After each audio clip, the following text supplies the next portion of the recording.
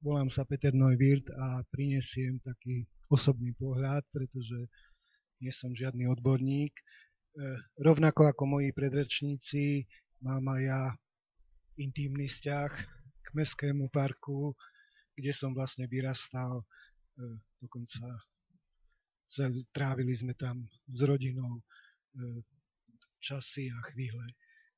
Chcem povedať, že vďaka rodinám košickým, Barkovci, Klobušnický a košický mešťanostá Maléter, máme tu jednu perlu, jednu zelenú perlu, ktorá je bohužiaľ obklopená betónom a asfaltom.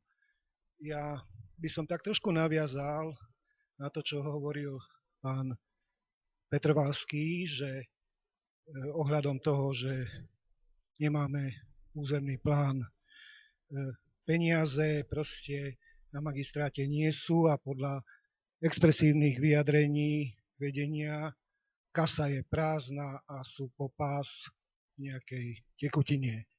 Tak chcem sa opýtať, napríklad ohľadom toho projektu, kto vlastne tento projekt, kto je autorom toho projektu, že musí padnúť toľko stromov. Mám taký pocit, alebo som presvedčený, že vznikol na základe hry.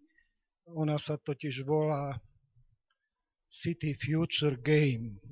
Takže nikto sa tu hral, aby nám predostrel výrub toľkých stromov. Tak mal by som takú kacírskú otázku do budúcnosti, či nie je možné teda v rámci revitalizácie revitalizovať aj tieto projekty, ktoré hovoria o výrube stromov, o stavbe hotelov a podobne.